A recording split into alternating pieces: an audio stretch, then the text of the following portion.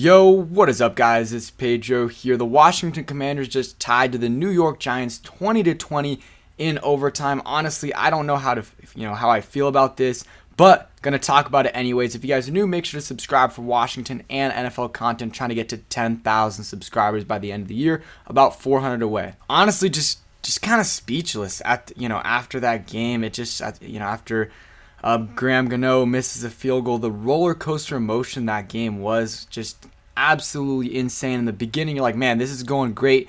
10-0. Offense is looking great. Defense forced a turnover. Another 3-and-out. A sack. Everything's looking good.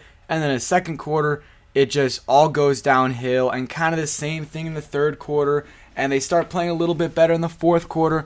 Somehow get stop the Giants. That taunting penalty by the Giants, Feliciano, really saved the Commanders, because if that didn't happen, they were in field goal range. And I think it was a penalty, but I don't like that rule. But by definition, it was a penalty, and that gets them out of field goal range. And then we score a touchdown on that drive.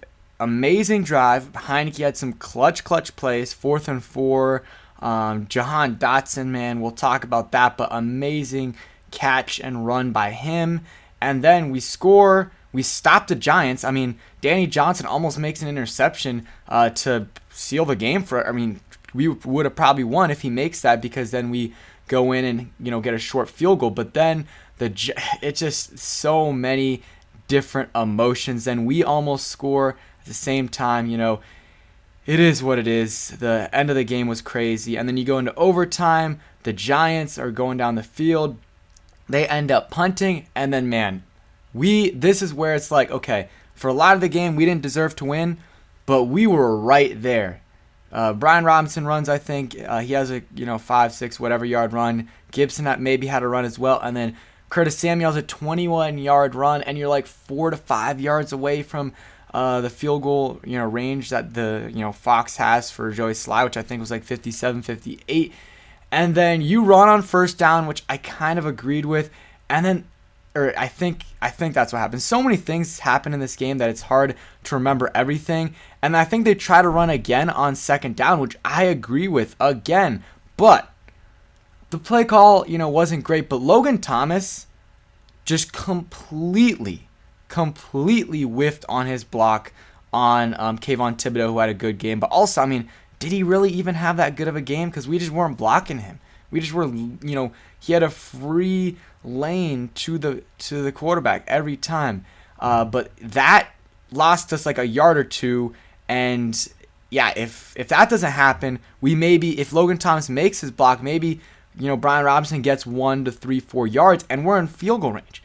And then the screen at the end, I know a lot of people hate it. If it was designed properly and executed properly, it could have been a good idea, getting 6-7 yards, and you kick the field goal to win. It is what it is. But yeah, that wasn't the best right there by Scott Turner. But I think Logan Thomas also deserves some of the blame and that wasn't the only block he missed in this game. Multiple times where he missed the block on a run play, that one in particular, or pass blocking, and he had a false start, which that was a false start. He had a BS block in the block in the back, which that killed that drive. Those penalties are it's hard to win, and especially on offense. It's hard to score on offense when you have a 10+ yard penalty.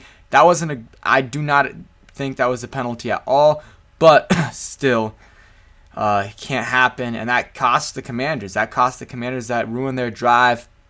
And speaking of the refs were not great in this game at all, I think. I saw Giants fans saying that the refs were favoring them. I don't agree with that at all. But, there were some calls that, maybe could have gone their way. But for the most part, let's talk about the, calls that were not going our way. The Christian Holmes, I thought that was kind of a little bit of a push-off. Darius Slayton kind of moved his hand a little bit. It was subtle, but it definitely is debatable if it was or not. I don't think it's obvious, but I would lean more towards it was offensive pass interference. Then you have the block in the back from Logan Thomas, that's awful, and that cost some points. Then the most important one is probably, or one of the most important ones, is where the Commanders take a sack on third down and they end up kicking a 52-yarder, and Joey Slye misses it. But it was obvious, like you saw Cornelius Lucas's helmet off, and whenever you see that, there's no time where an offensive lineman's helmet comes off during a play that is, not a penalty. I mean, it's almost all 100% of the time that it's illegal hands to the face. And if you watch a replay, it was obvious illegal hands to the face. And not only would that have given the Commanders a first down and maybe they end up scoring on that, scoring a touchdown on that drive, but they get a sack on that play, moves them, not out of field goal range, but a much tougher field goal for Joey Slye, and he misses it. Still though, Joey has to make that field goal. Like, it's a 52-yarder. It's obviously, harder than, most kicks. It's harder than the average kick, but you make that, maybe we win the game. I know it's, it seems obvious, we make that field goal, we have more points than them at the end of the game, but who knows how things would have played out if we would have made that field goal or not. But yeah, that you got to make that, Joey. So let's kind of go through players' performances. Heineke, 27 for 41, 275 yards, 2 touchdowns, no interceptions. Got sacked 5 times and had a fumble. So I don't know. Heineke, beginning was good. He did miss the amount of times this guy airmails Logan Thomas or even other guys as well. It just baffles me. It just completely baffles me that in the first drive of the game, I believe they scored a field goal. He hits it to Logan Thomas. I think it's a touchdown, or it definitely puts him in good position to score a touchdown. I also saw, and some people agreed with me. Some people kind of said you got to watch it back. But it looked like Brian Robinson could have maybe scored. It looked like he stepped out of bounds, or people were saying maybe he lost balance. But that was kind of weird right there. But Taylor's got to hit those plays. And the sacks, a lot of those, like obviously the Kayvon Thibodeau one in overtime, I don't know how he held on to that. That was a great play by Heineke. Don't know what Leno was doing there. I mean, you can't just leave the pass rusher unblocked. Like, you just can't. And maybe there was a misassignment. Maybe there was supposed to be a tight end there or a running back to help, because it looked like Charles went in to block inside and then kind of shifted over too late. Maybe he was thinking there was going to be a tight end there to help or chip or something.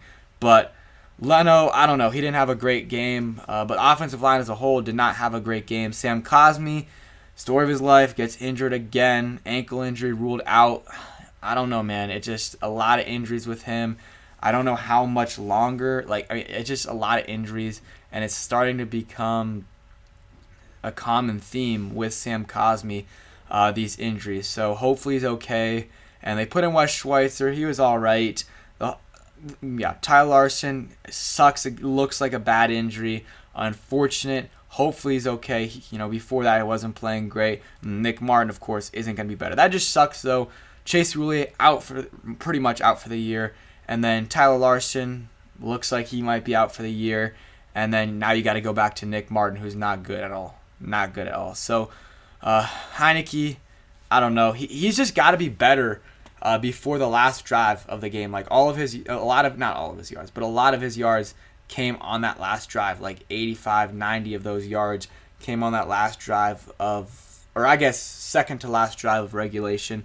But he was clutch on that drive. Can't deny it. And here's the thing. I don't want, people are saying, Wentz 100% is going to play better than Heineke. I don't know about that. I mean, Heineke took 5 sacks today. Wentz probably would have taken 10. They throw to McLaurin. Wentz is getting sacked on that play. And I just don't know if Wentz is the difference maker here. And I just don't think, I don't know. He didn't even lose. The Commanders didn't lose the game. So I think it's still, you got to do it until he loses. And if they lose next week not next week, but the next game against the Giants after the bye, and he's a reason for it, okay, that's when, you can bench him. But right now, I don't really feel like that's necessary. I know some people disagree. It is what it is. Running the ball, we did pretty well. Brian Robinson, 21 carries, 96 yards, 4.6 yards per carry. Honestly, though, I thought they could have done it a little bit more. And kind of I thought they got away from it a little bit at some point in the game. They were successful at it, but got away from it a little bit too early. Gibson was fine. Samuel had a solid day, 21-yard. He had a 21-yard run, and I really thought at that point we were winning the game. That's what makes this this tie frustrating. Is if that drive wouldn't have happened and we would have just punted or whatever, and then we ended up tying, I would have been happy with the tie. And I'm still I don't know about happy, but I'm content. I don't know. I don't know how to feel about this. But just because we were in position 5 yards away from a field goal attempt that's reasonable for Sly, and if he makes it, we win the game. Man, Heineke had a couple rushes well for 7 yards. McLaurin was great today, absolutely amazing. I loved, didn't like a lot, some things that Scott Turner did today, but he did, have Terry McLaurin with, he got him 12 targets. McLaurin, not a ton of long plays, but, longest catch was 20 yards, but 8 catches, 105 yards, and a touchdown. Great game from him. Good game from Curtis Samuel, 6 catches, 63 yards. Jahan Dotson, 5 catches, 54 yards, and a touchdown. That touchdown was just absolutely amazing. Catches it, runs, and then that nasty spin move. What a game by him. And then besides that, no one really. Gibson had a couple catches. Logan Thomas had a couple. Same thing with Brian Robinson. Offense has got to be a little bit better than they were today. Got that first drive, got to score a touchdown there. And I don't know if I agree with the decision to kick the field goal at the 2. I don't know. It's debatable for sure. And then also, I don't know. All these things are debatable. At the end of the game where it's 3rd and 10 and they just, I think they ran the ball with Gibson. I don't know. I don't know if you really want to do that. You still have a chance to win, but they decided to go that way. It is what it is. A tie is, if you look at the percentages, a tie is more of a win than a loss in the book. So it's okay. It's okay, but it's a team that this win would have mattered so much, but it's on the road, so got to get the next one. The next one is one. This was a big game, must win pretty much. It's not. This game wasn't necessarily a must win, but it's just a game that you win it and you win the next one. You're in such a good position.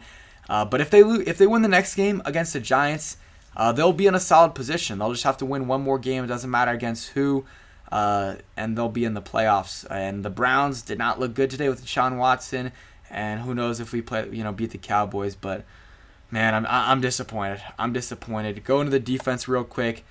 Cam Curl, he had some big plays, but I thought, he definitely missed a few tackles and got beat in coverage a couple times. Same exact thing with Jamin Davis. Jonathan Allen was a beast. 1 tackle for loss, had a forced fumble, and, had a couple tackles where he shouldn't have had to make the tackle. He had a couple of tackles where he's making the tackle 4 or 5 yards downfield. That's not his job.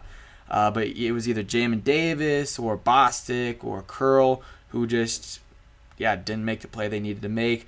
Danny Johnson had a couple big plays, had a sack, had a pass deflection, could have had an interception. It's tough for a DB to do it, but you got to make that play, Danny Johnson. And then Bob McCann, I thought, had a solid game. Derek Force was all right.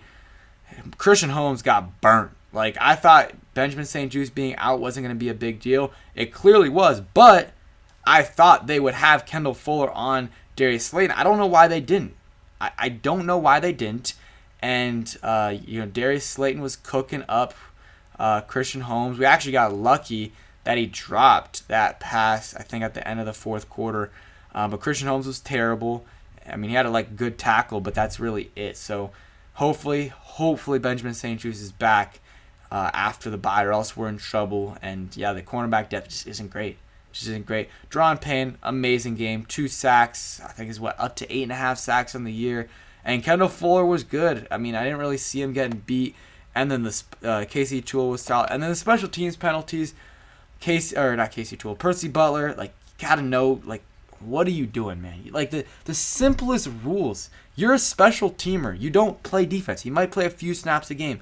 Know your role and know the rules. And that was stupid. And then, of course, right after that play, Rashad Wildgoose is yelling at Percy Butler on the sideline, and If it's anyone else, that's fine.